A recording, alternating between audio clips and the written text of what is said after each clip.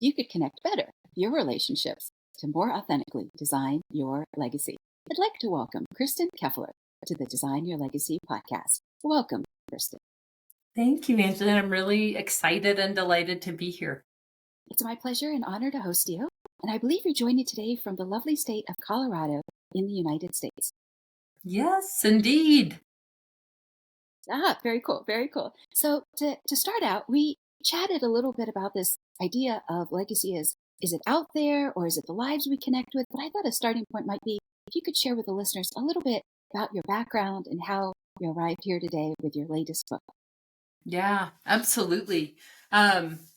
So I come to this work that I do, and we can talk a little bit more about what that is specifically. But the work is really in the space of high net worth and ultra high net worth families and family owning businesses, business that own or families that own business. So really, the human centered part of being in a family of significance of some sort, significant because they're an employer in the community in which they live, and that has significance in their community and makes them have a notable name in that community, and often significance in that they just have more financial resource than average families do, and as a result, there's a lot of possibility and a lot of privilege that comes with that, and some hidden tripwires. And so my work is all in the human space of the relationship that people have with money, and specifically that people have with wealth.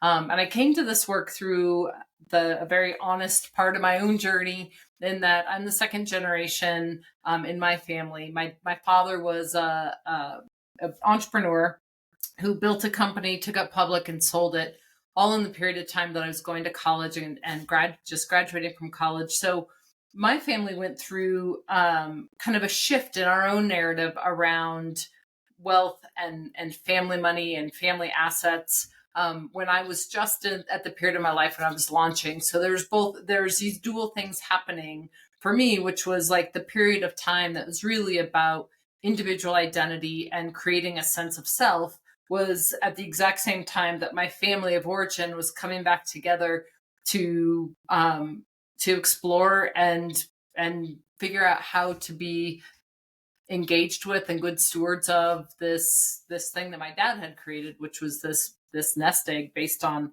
the sale of this business. And so ultimately my path was one where I've always been passionate about human thriving. I've always been really interested in human biology and human peak performance, and kind of like what's possible at the upper end of our abilities when we are fully resourced, when we have sort of a mindset and a belief system and a psychology that is all in alignment of our highest good, and how do we get there?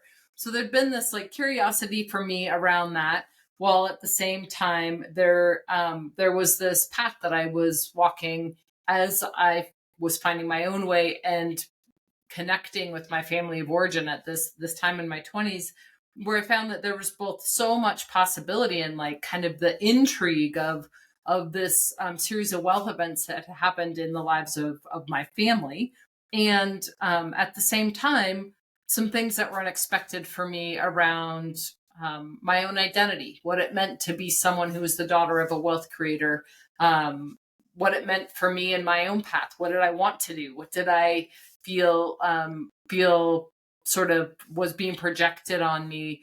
What face of myself did I project forward to different communities based on what I wanted them to see about me? And it was just a lot of stuff that I didn't really realize until I was getting through my 20s and into my 30s and reflecting back, that if I could have shortcutted that or had someone kind of help me understand both the inner experience of having this experience of family wealth, or the outer learning, things I needed to learn to just like have a vernacular and understand the space, I could have shortcutted a lot of some painful years of struggling. So that's what brought me to the work that I do today, which is to support families, and particularly the rising gen and those families, to help build an impactful life, navigate family wealth, find a way to integrate their own story and their own wealth story in the healthiest, most empowered way, and ultimately, hopefully, be able to find the path to impact from this place of great privilege in which they sit. Yeah. Thank you for speaking into that. I think that's deep work, and I think that is the stuff, and we're going to get into this word clutter in a moment, but I think that's the clutter that people, as you've used the verb accumulate, that they accumulate over the years, and we don't think about it. And I think especially when they've got such an attention to detail with their work, how we do one thing is sometimes how we do everything. So why would they Yep. not absorb all the messages around them? And then again, it's like, how does one process it? Or do they Yep. internalize it and then carry that like luggage and then never get to know their true self? So let's dive in to those tripwires that can come with wealth. And I know that you've made a distinction between money versus wealth. So what are those three areas of paralysis? Yeah. So let me just speak to the money versus wealth piece, because I think that I think it's a helpful distinction. I haven't really heard a lot of people talk about it this way, but for me, it has felt very useful to see this sense, like collectively, culturally, we have a pretty unconscious relationship with money, and we can go into that later if you want, but like that's something that's sort of in the soup that we all live in, is this sense that it has both power and that we are both attracted to it, and we have envy around for those who have it, or envy of those who don't have it because they don't have that, whatever that burden is that we think, So like I there's just both want to, the blessing and the burden. yeah, I just want to interrupt you really quickly. Somebody said to me once that for the popular kid, everyone loves him or her, but the rich kid, they hate him or her. Yeah. Yeah, keep Yeah, going, please. it's a really tough, it's a having coached I don't know how many Rising Gen family members in the course of my 20 years of doing this work.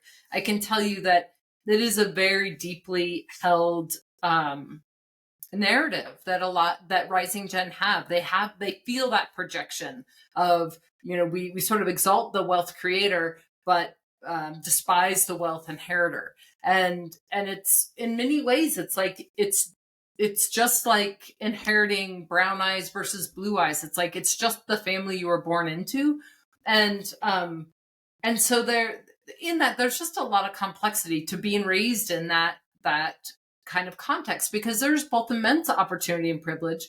And every Rising Gen I've ever worked with would agree. Nobody wants them like, none of my clients have ever said I want someone or think someone should feel sorry for me.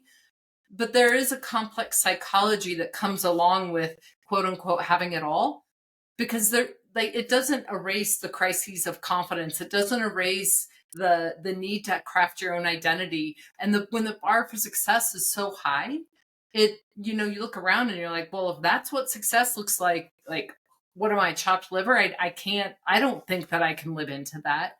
and Where do I and even so, start?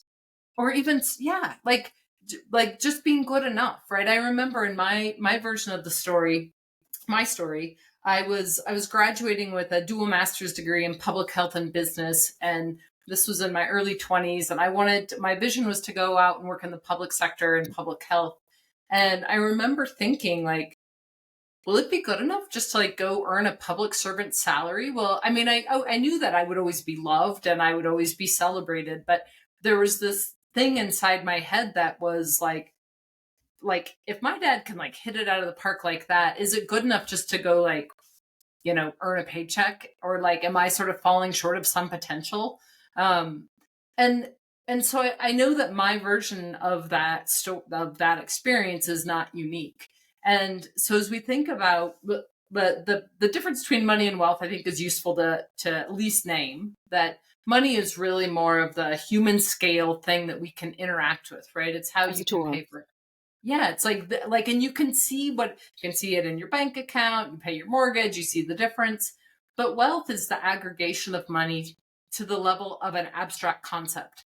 So it's even harder for people to wrap their heads around, like, what does wealth actually mean? And in that, it's really easy to fall into one of three, or a combination of the three paralyses that I see really consistently, One is this idea of paralysis by predecessor. So that's where the bar of success is really high, and you're like, I can't fill those shoes. Um, Another is the paralysis of possibility.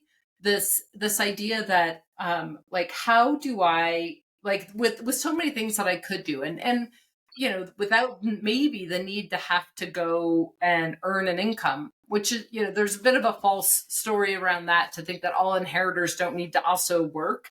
Like, that's not necessarily true, but to maybe not have to pay for all of your own expenses because you do have some support. um, that paralysis by possibility can be pretty challenging. And so getting stuck in this idea that, like, either the bar of success is so high, or like, I have so many options that I could pursue. Which one do I pursue? Do I go to law school? Do I go and work? These are the kinds of paralyses that are really common, I think, for rising gen to get stuck with. Yeah, I think it's so interesting because there's like the front and the back side of the hand. And the front side of the hand is the success, but the back side is like that gigantic shadow. And how do you live Yeah. into that? Because, and we're gonna talk about Harry and Meghan maybe a little later. Because I thought about, okay, it's fantastic. He's going out there and he's making a name and a path for himself, but at the same time, he will never outdo, his family and those that have come before him. Like not even by 10%. So I Yeah. think this, when you're bringing up this idea about the fear of failure and the bar is so high, it begs the question of, again, why do I even try? Because like you said, if I just get that salary job and my dad hit it out of the park, then it's almost like you wonder if they're laughing at you behind your back.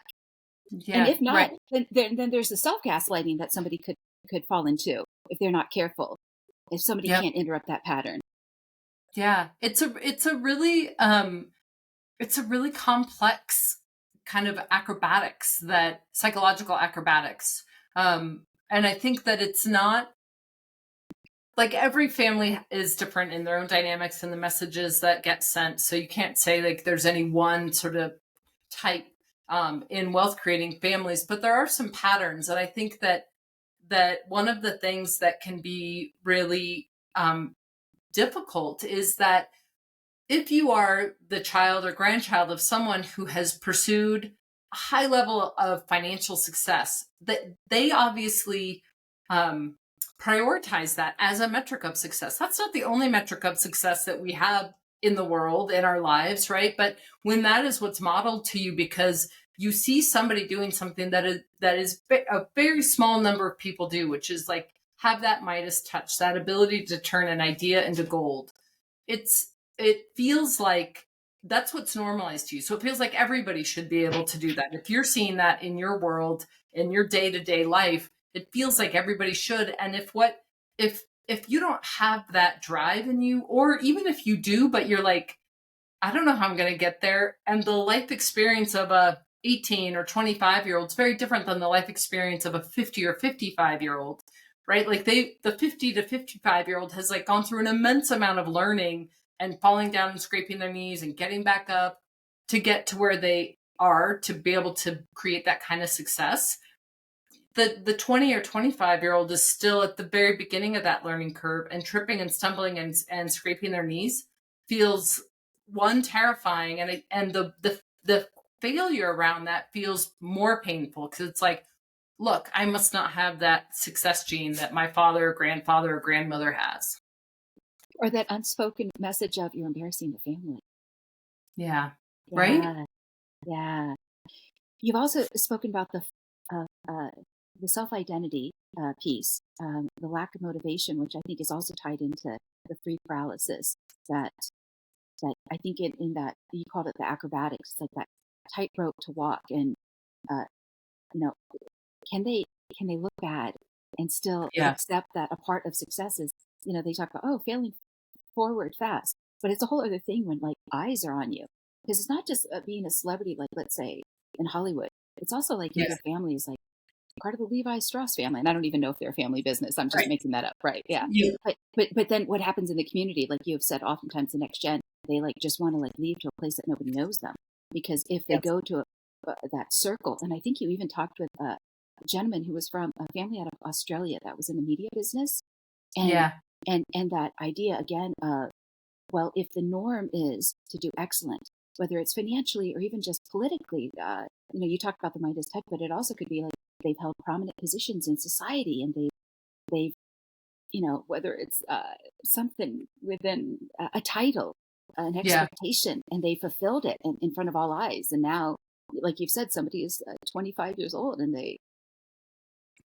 yeah, It's like it's quite a thing, I think, where what one is seeking, right? So like when we think about like age and stage appropriate development, one of the things, and what you're just referring to is this, is one of the things that is really important in the late teens through early mid 20s, is that of creating an identity of your own, right? Like this is the time of life when you are sort of differentiating from your family of origin, when it's important that you spend the time to really think about what about me is the same and thinks like, acts like my family of origin, and what about me is different, and how would I know if I'm different? How would I know if I have different opinions unless I sort of pull far enough away to experience what it's like to craft my own opinion, to have my own sense of self?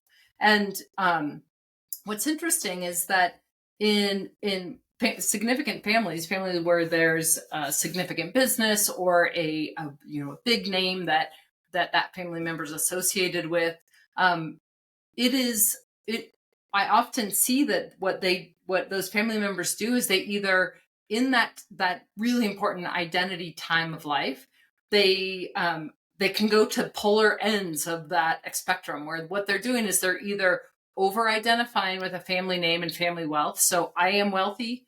So they identify as a wealthy person, and that usually ends up looking like entitlement, or it has sort of that that stereotypical thing that we look for, and we say, oh, that's a trust fund baby. It's sort of that over identification with family wealth, or a sort of family significance, or that the over identification with a family name, right? I am and then they really, it gets internalized.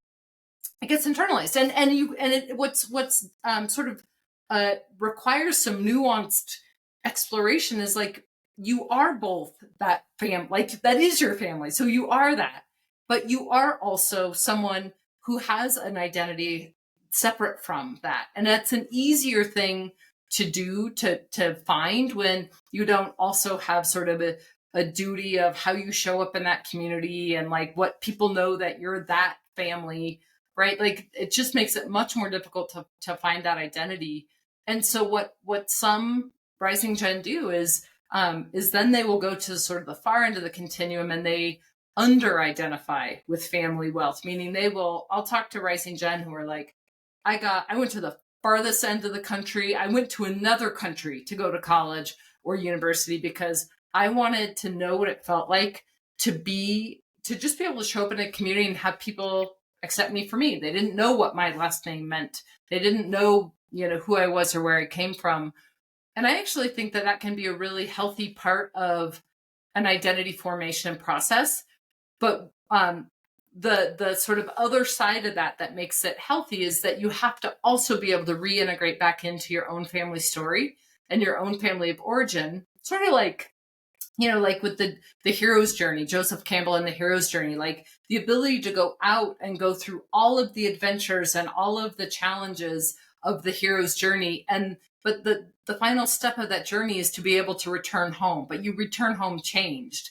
And so that's the path of the rising gen, when they choose to really leave and find that own identity, when they get stuck under identifying, like I am nothing to do with that family. They sort of like put up a fierce wall. There's an element that is unresolved in their lives. And so I think that the real balancing point, the healthy point, ultimately through the journey of growing up and through the journey of finding one's own identity, is to get to the place where you both feel like an individual and have an individual authentic voice and authentic vision, and know how to have a healthy integration of your family story. Yeah, I think that's really powerful. I almost wonder also, regarding the polar ends, if there's an aspect of perfection that's expected, or on the other end, apathy. I think you spoke of a story where there was an opportunity. I don't know if there was a fire or something, and the daughter said, well, I spent so much time with the nanny and the maid, and so I'm going to Yeah. save her and not the mother. And so I almost It wonder if was, there's like, yeah. yeah, it was a horse. They were being drawn on a horse carriage and like a horse hayride kind of thing, and and the nanny started to fall off, and the the girl like went to go. I mean, there was something that was happening, and the girl went to go say like grab the nanny, not the mom, right? And that's the nanny was the one who had spent more time with her. Yeah. So I also wonder about like that perfection. Um, so it's interesting. Your book is The Myth of the Silver Spoon. Yeah. And so if we think about like the projection in society, like you talked about, of that silver spoon versus the reality is there's a whole internal landscape that somebody has to sort through. And then that projection of the silver spoon is this assumption of you have it like your life is easier. You have it easier.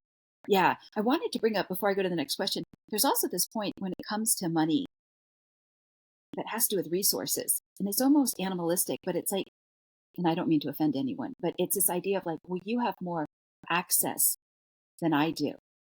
Like, and if we're animals, it's access to the feeding trough, if I were to fill in the rest of the sentence. And so I Mhm. think from like an animalistic primal sense, yeah, Absolutely. yeah. So, Absolutely. so this projection of like you had said, well, nobody wants to hear the problems of a rich kid because it's like, well, if you've got more access, and I don't even like if you talk about like food insecurity, for instance. Yeah. Yeah, I mean, this is why it's such a complex and I think a really important topic to be able to understand the nuance and not the caricature. Because the caricature wants to say, um, wealth, money solves problems. Wealth must solve all your problems. So if you are wealthy, you should have no problems. And the truth is that money does solve a lot of problems. There's no doubt that if you have access to financial resource, there are many things about your life that can be easier, right? Food security is one you named. Living in a safe neighborhood, sending your kids to a safe school. There's no doubt that access to financial resource creates pathways forward that make that include less sort of environmental trauma, or likely less environmental trauma just because of the kinds of the safety that can be afforded from that, the security. And the nuance in this is that it does not solve all problems. And in fact, it can exacerbate other kinds of internal, particularly internal problems where it's really about the face forward to the outside world is, look, I got it all together, when inside there's there's probably a lot of suffering. questioning and suffering of like, I don't have it all together. I don't like, I am suffering. I'm scared. I don't have confidence. And yet I know that everybody expects me to have it all together. So I can't, there's not even a safe space to go say, I am struggling. Like I am flopping right now and I can't figure out how not to. Yeah. So if I bring up Harry for a moment, a lot of times people don't know that he had a drug habit in high school after Diana passed away. Hmm. Wow. Right? That's so pain, like you can understand where that pain, where where you're like the use of a substance to try to numb that pain, the pain of whatever might be going on internally that you can't acknowledge. Right. Right. And then the expectation of the stiff upper lip. Yeah. Yeah. In transitioning from the paralysis by predecessor, by privilege, and by possibility, would you speak about what gets in the way? Specifically, you've termed the or the you utilize the metaphor of clutter. Yeah.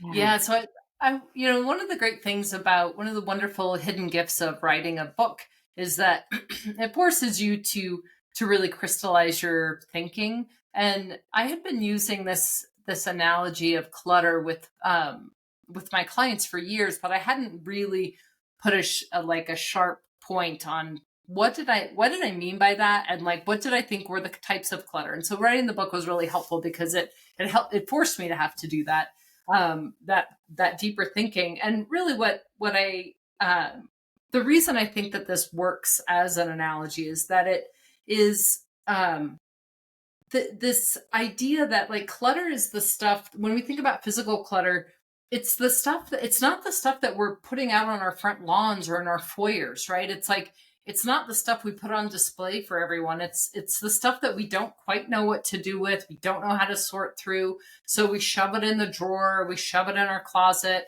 throw it in the back seat of the car. It's like we don't quite know what to do with it. And so we just shove it away. But soon enough, like though all the little gaps get filled up, and then there's like less and less room to breathe in the spaces that we're living in.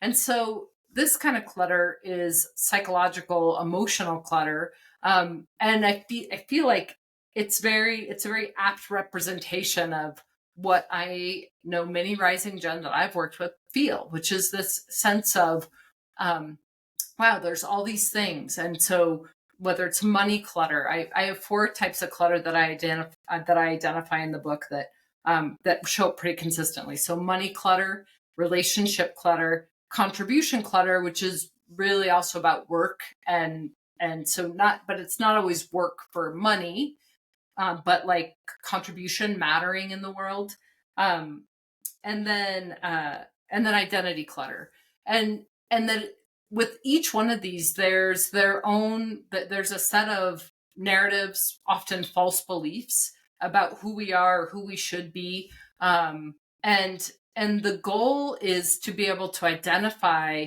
kind of where that clutter is getting in the way and truly start the process of clearing it out. Really asking the questions like, is this true? Is this true about me?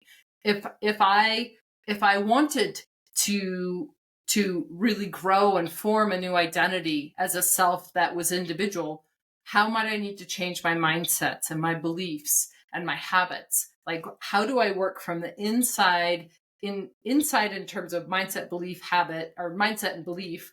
And then how do I operationalize that in the outside world through habits and actions and supportive communities that make that make it possible to continue this ongoing process of clutter clearing? Absolutely, to distill what's true and what's real. Let me jump into relationship clutter for a moment. You've talked about this idea of a tuning fork and knowing the authenticity of what a relationship should feel like versus when there are people that are attracted to someone, let's say for the car that they drive, or again, if I go back to access, the access that they have to something or could have to something. Yeah. And it's interesting because not everybody has this skill set, and yet we assume that somebody's going to know. Yeah. Yeah, I think that,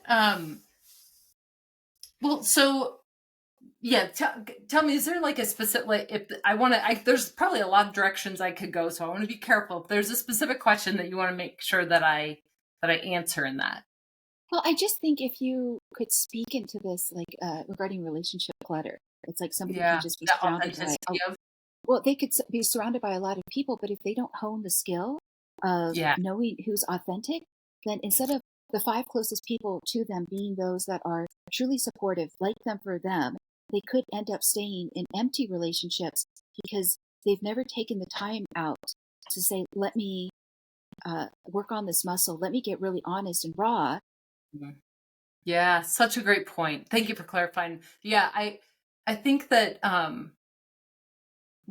the relationship clutter for me is it feels like one of the most painful, because I mean they're all painful in their own way, but the relationship clutter piece is like very tender for exactly what you just named, that um when like we all through our lives and through growing up and through all these developmental stages need to build the ability to suss out true friends, like people who really like, they'll have your back. They get who you are. They can be with you in your moments when you're most low, and they can celebrate with you when you have the highest moments. And you know that they love you for you and not for any other reason, right? And one of the things that is kind of most heartbreaking for a lot of rising gen is that sometimes even from a very early age, they are surrounded by they don't end up in situations where they have a lot of opportunity to pressure test relationships. One of the things I'll often tell wealth creating parents who have younger children, and they'll say, well, what can we do to help our kids? They're little right now. And it's like, well, the goal right now is really not about like financial skills or something like that. They're itty bitty. That's really about their social skills and their sense of love and connection.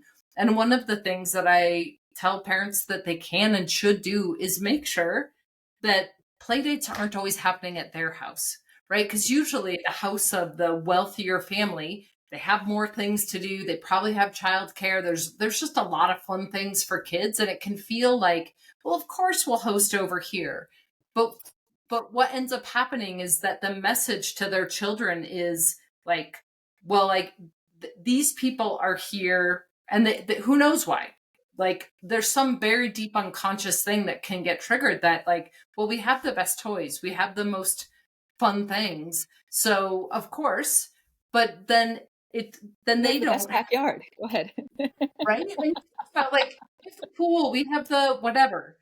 But I know when I think about my daughter, she loves having her friends at our house, and she loves going to her friends' houses because they have really adorable dogs, and they have a Barbie set that she doesn't have, and they have a trampoline and we don't have one, and it doesn't matter like whether like the economics of that family versus our family, that she doesn't care a lick about that. She cares about the fun time that she and her friends have together in both of their environments. And I think that those are the kinds of things that at the very early age, when we don't pay attention to that, you can grow up and not have that authenticity filter that you were just talking about. And so then you can end up with friends and marrying people, partnering with people that you may not be exactly sure if they are in it all for you, or if there's other things that are attracting them to want to be in your orbit. Yeah, the reason I brought that up, I guess the underlying question was, how do they win when they have relationship clutter? How do they get out from under that? And I think you've answered it. That even just the simple answer about the play dates at various houses. So it's Yeah. exploring the world of party A as well as party B, and it's not just one sided, but it's taking a curiosity and an interest in everybody at the table. You've also, and I just want to bring this up to the listeners, you've brought up also this idea in prior podcast about earning the right to hear somebody's story, truly if and when everyone is ready and that trust is earned. Because the unfortunate thing is, if somebody, as they grow up, and you're talking about the next gen, so let's say in their 20s decade, if they start to lose over and over again, and then they start to give up, and that's like you had said, there's a loss there that compared to what it could be. And again, just because they've got great skills in one area doesn't mean that they've got great skills in every area. So they might not know how to do relationships. And a part of what we had chatted about in the preamble is like, is legacy so big it's out there compared to the lives that we connect to right here and now? But if somebody doesn't even know where to start, oh, that's like a big pink elephant in the room. But, Yep. yeah. Yep. And I think, I hadn't really thought about like, is there an appropriate order of operations for clutter clearing? But the thing that just comes up for me now as you're bringing up that question is like, where does one start? I think you have to start with really knowing yourself, and that goes to identity, and like doing that identity work, and ultimately probably recognizing how money is playing a role in that sense of identity, is what starts to strengthen that filter for recognizing who is with me for me versus who might be a little bit confused about why they're with me. Because the stronger you get internally on who you are, the more the different kinds of questions, the different kinds of conversations you're in, and then you can tolerate it when you find out that someone may not be in it for all the right reasons. You can tolerate that with it when you have that core strength that's like, okay, like now I know, versus going along to get along because at least you have someone by your side. Correct. If somebody's so fragile on the inside. Yeah. Thank you for speaking into that. Um, Contribution clutter. This is another one that you've talked about in both your book as well as prior podcasts. we're wired for giving and getting feedback. And we need a reason to wake up in the morning. And contribution, like you had said, might not be a job, it might not be salary, it might be something that we just love to do, and we are contributing, and it does not have to be measured by the metrics of a quote financial return on investment. Yeah. It's so, I think this is one that, this one, I just feel like they're all so important. This one is important because there's this, we have this collectively unconscious relationship with money, and there can be a false belief that, and very much internalized in wealthy families, that if there's not a financial need to work, it ignores the fact, ignores the fact that there actually is a human need to work. So even if it's like, nope, because of the way that our family, the financial resources we have and the way that I have access to them, I don't actually have to go earn a living to live. That doesn't remove the core human wiring that is around the need to contribute, the need to recognize that when I wake up and when I bring my unique self into the world, I get feedback from others that I matter.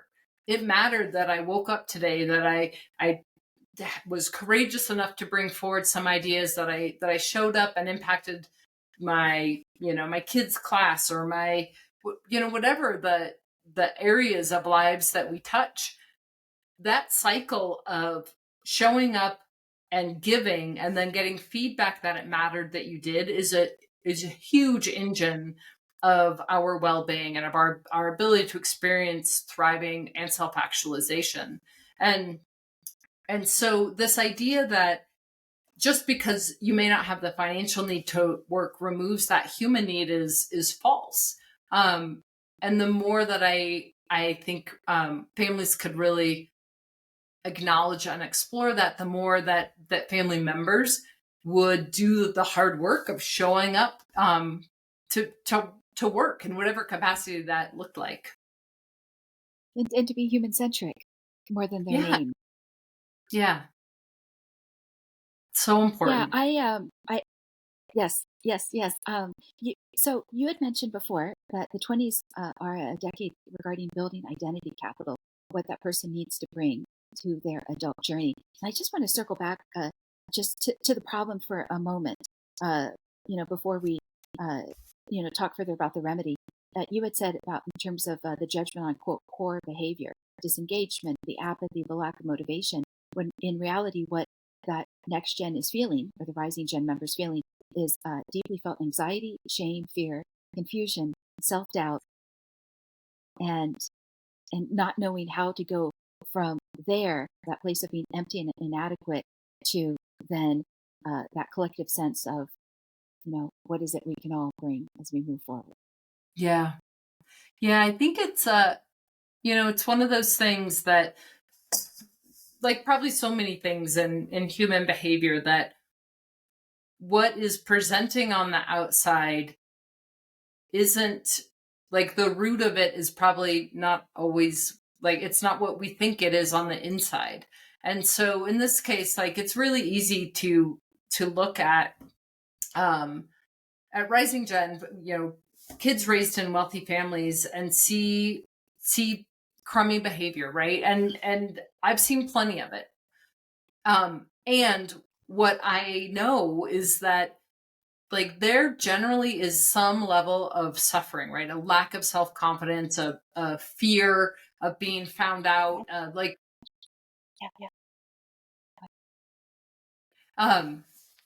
that what gets in the way is really a sense of that there's something that is hurting inside, and what gets projected on the outside is this behavior that looks pretty crummy, entitlement and sort of a lack of motivation.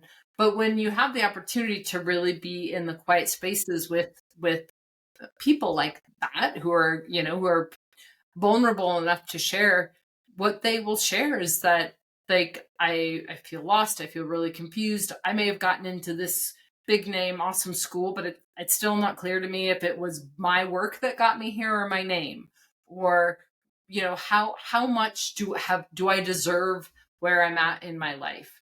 And that's a huge confidence eroder. And so just being aware of that, like it doesn't excuse bad behavior. And I think, like with anything, the more compassion we can hold, the more we can understand that there's a true deep human story underneath that. And they're just And hurting yeah, and being human. like, and we all do, like, as humans, we all have hurts that show up in ways that maybe we're not really proud of. There's just areas that culturally we're willing to discount. And I would say one of the areas that we are still actively, openly willing to discount is the experience of people who have been raised with financial resource. Like you can openly shame those people and nobody says like, oh gosh, I can't believe you just said that. Yeah.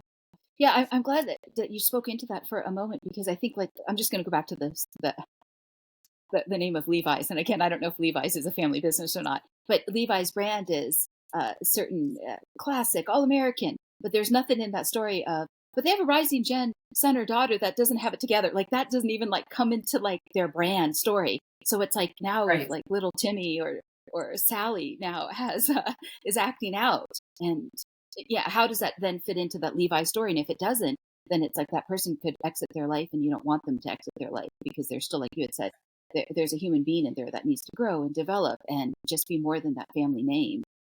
Yeah. Yep. Sorry about the interruptions. Yeah. Yeah. No problem. Um, so what are some of the remedies? I know you've talked about this idea of distilling. Is your client, let's say the next gen, over or under identifying? What are some of the other remedies, if you'll speak into a couple that you've seen work when they go on this internal journey from getting stuck over what's wrong conversation over the what's wanting to happen, and finding that breakthrough and that freedom? Yeah, I think, like ultimately the work is it's just like all of us on our journey of whatever inner work we were born into this life to do, that the remedy is like each person, they need to come to terms with their family of origin story, and they need to do some work around what is wealth and money, what's the narratives that they have inherited around that, and what are the beneficial stories, and which ones are the dangerous ones that keep them small or stuck or feeling entitled, and how to find a right relationship with money and with wealth. So ultimately it can become what it really is, which is just a tool. It's just a neutral tool. It's neither good nor bad. It doesn't make you better or worse.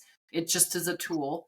And so doing that work, I mean, it's a yeoman's work, right? It's like it takes some real commitment to looking at oneself, and changing narratives, and finding a sense of self and identity, and then ultimately building out and leaning on a set of character strengths and skills, things like having a growth mindset, right? The ability to really see challenges and feedback as an opportunity for growth, rather than a sign that you found the limits of your ability.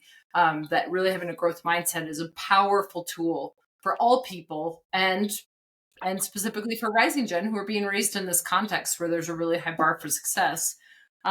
So growth mindset, the ability to have and experience some level of mastery in something, right? Like ultimately, whether it's violin or computer programming or soccer, to say like, I went all in, and I did that, and I feel really good about that. What the research shows is that when people have mastery in a domain, they are more able to port over that feeling of that experience of mastery into other domains. So you can be a really amazing, soccer player, and then when you get to graduate from college and decide you want to run a marathon, like this idea of like, okay, I know how to do hard things. I can get there. So growth mindset, mastery, grit is another really important one. Grit is a character trait that is highly correlated to lifetime success in all people.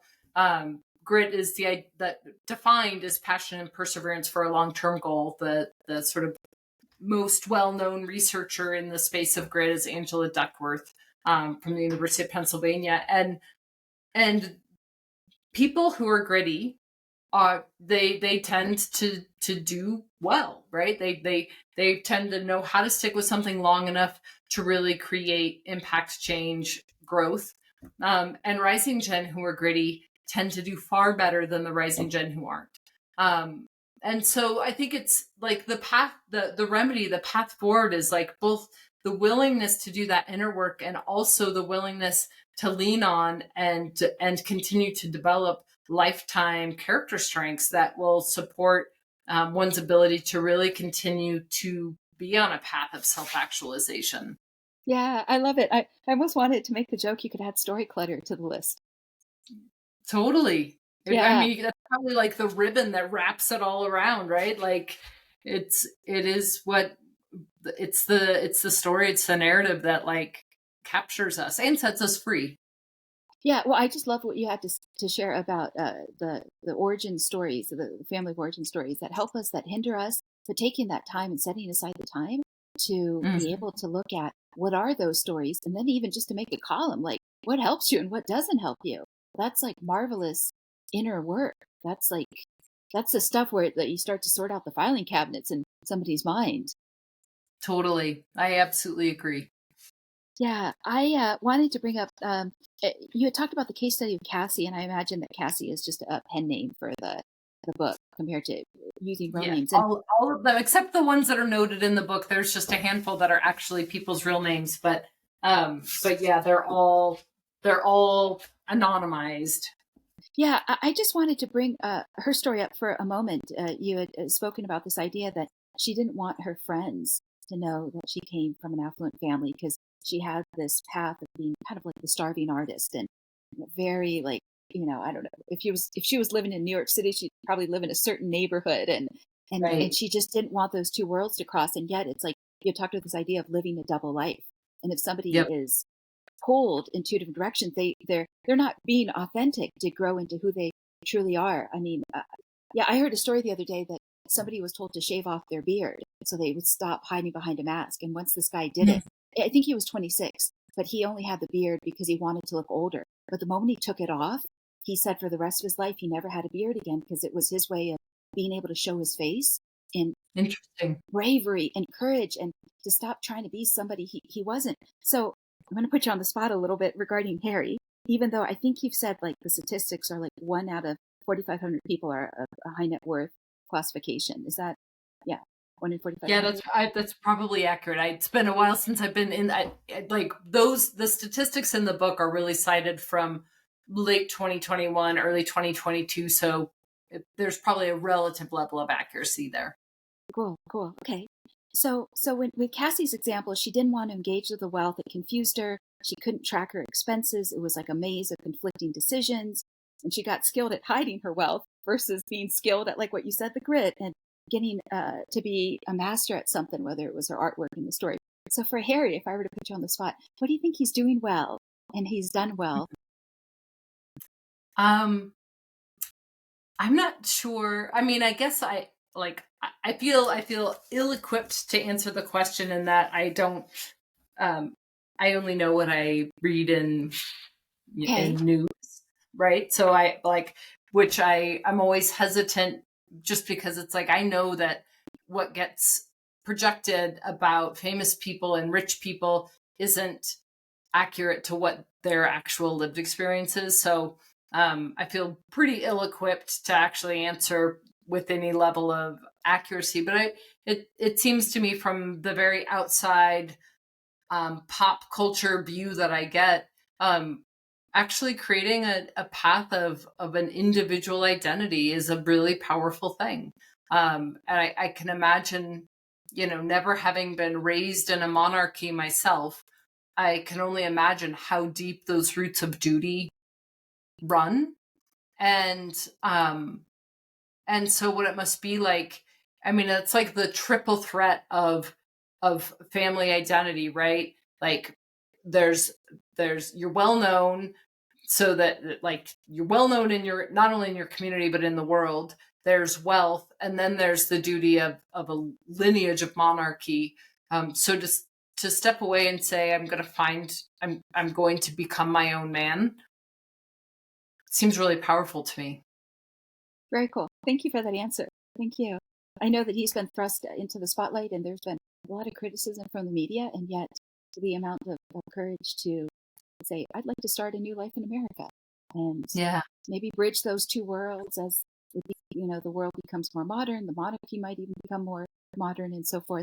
So what does the word legacy mean to you? It's such a great question, because I think that it's a word that's thrown around a lot in my work, in my field, where you think like so many people who have created wealth, and what they're really, when you're in the room with them and they say like, this is, I want this to be my legacy. I want my kids to understand my story and that to be my legacy. And I think that for me, it's something, you and I touched on this a little bit before we actually got on and were recording, this idea that um, when I think about the people I know who really have the most powerful, compelling legacies, the kind of legacy that like continues to motivate people into action even after that person has stepped out of leadership or has passed away. It's what they do every day now, right? It's how they build relationships. It's how they live with integrity. It's how they invite people in to a world where they can understand the humanness and like be a part of something that is rich and real, not just the hold up the brilliant person, the brilliant business creator or the wealth creator, but to actually know the person and know their humanness and their their faults, and still be in relationship. And that to me is like what true legacy is. And it starts with the living now in a rich and real and honest and relational way. That's such a lovely answer. Thank you. Thank you for speaking into it. I think that there is this misnomer sometimes that affluent people just want their name on the side of a library or an art museum. And yet, if there is this interest to develop closer, more intimate relationships and not to run from that, because relationships are a little scary. It involves rejection and it involves vulnerability. And it also involves a learning curve that exceeds financial dividends. It's sometimes there's going to be a return on investment. Other times you just might flop and there's going to be rejection and it's not going to work. And that's just, you made the attempt and there was the olive branch extended. And so I appreciate that you're speaking into this idea of lives connected to, because that's the richness. And yet that's also the scary part, because there's no guarantee that Yeah. just because you show up, the other party is going to show up halfway. And yeah, That's where yeah. vulnerability comes into play, right? Like that you have to be willing, all of us, each of us has to be willing to be vulnerable enough to show up with our full self, knowing that whoever's sitting across from us may not have the capacity or have the capacity in that moment to do the same. But I thought my money would insulate me, Kirsten. I know, right? False belief. It's I a mean, I've false access, right, to the Tiffany's and to the Gucci bags and so forth, and the best watches and yachts and so forth. And now you're belief. asking me that, right? I can't buy this. It's as long as you're going to be okay to have your Tiffany lamp and your Coach bag holding your hand at your deathbed, then right, like ultimately that's the test I always think about in my own mind is um, when I am at the very end of this life, who do I imagine will be the people that will actually be standing there at the moment that, if I'm lucky enough to die in a way that has that option, right? My loved ones to be around me. It's not going to be my stuff. And it's not going to be, even though I adore my clients and I adore my colleagues, like they will not be the ones that will be standing around me at the end of my life, right? It'll be the people who are most near and dear, the people who I've invested my heart and my being with. And that seems to me like a pretty powerful legacy. Yeah, yeah, very much so. Is there anything else you'd like to say? Let's say, if it's like distilled in one sentence of what you would like your holistic legacy to be. Like when you think about your top 3 or 4 values and Yeah, I think the thing that comes up for me is this idea that um, through authentic relationship, all things are possible, right? Like, oh, that's a great guiding and principle. yeah, I think so too. I Would you just say made it up one? right now. Would you say it one more time, please? Through authentic relationship, all things are possible. That's golden. That's golden right there. Yeah. If you were to set aside a weekend or 2 a month in the next year to create a legacy hardcover coffee table, what would be in its pages? Hmm.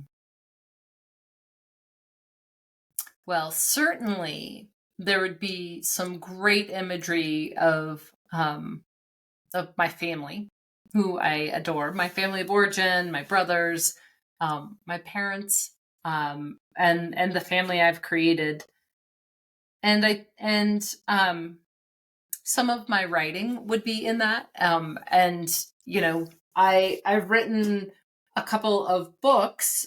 But that's probably not the kind of I'm super proud of the books that I've written, but that's not the kind of writing that is like sort of my deepest, most creative writing, and that comes out in poetry. And so I would probably have some version of prose, of creative prose or poetry. And and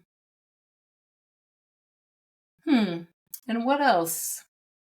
My work is really dearly important to me, and so there would be some element of invitation into that work that would maybe help somebody who would ever come upon this coffee table book to know the truth and integrity and heart that brings me to this work every single day. That's a very cool coffee table book for your yeah, for your office or for your home or to share and pass on. Yeah. Thank you for the deep answer. That was thorough and heartfelt and meaningful. Did you have, as we wrap up, did you have any hopes regarding your latest book, the Myth of the Silver Spoon?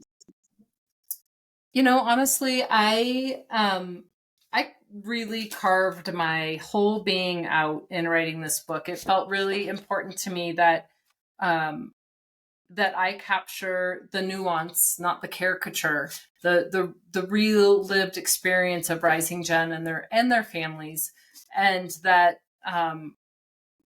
this book be a guidebook, really sort of a workbook in some ways, filled with stories that hopefully Rising Gen and their families and their advisors could relate to, and then give an actual pathway forward. And so my deepest wish is that it get into the hands of anybody that could really be served by it, and see that they're have a light shined on the places where they may also feel stuck, and recognize that they don't have to stay stuck. That's awesome. That's awesome.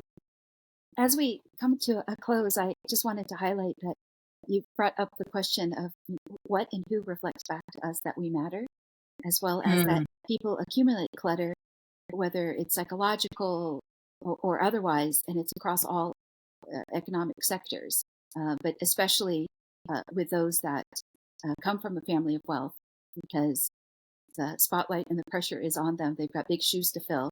And the power of showing love through time, not just gifts, and to work through the confusing messages and to engage in these tough conversations because they're worth it. So I just wanted to say thank you so much for your time today and being a guest. I thought that you brought some great value. I know you've talked about your book a lot, but I think it's across many different podcasts and platforms. But I think it's always important to revisit it because sometimes we have to hear it again. And just like homespun common sense isn't always homespun. We're expected to know certain things, but sometimes we just don't know. And right.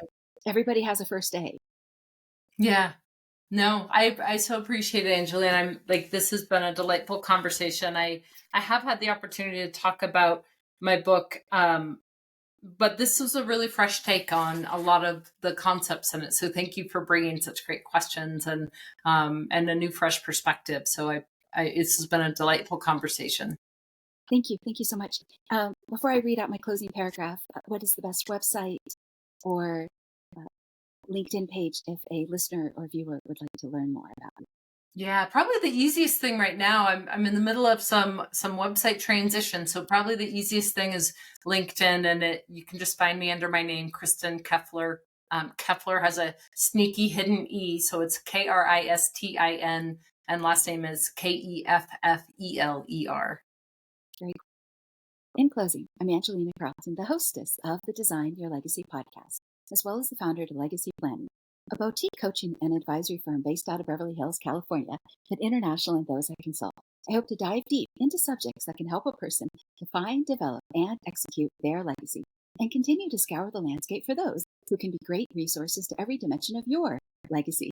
For many listeners, there can never be enough education and preparation in the mood or mode around your castle. Whether you find yourself a new wealth or generational wealth, may the content on this channel be an anchor in any storms ahead. We do our best to provide original content for your intellectual and emotional curiosity. Thank you so much for joining us today. If you're tuning in on Apple Podcasts, Spotify, or SoundCloud, etc., please remember to rate and review, share your thoughts, share this podcast episode with your friends and family. So thank you so much for joining us once again. And thank you, Kirsten, for speaking into your legacy. Thank you, Angelina.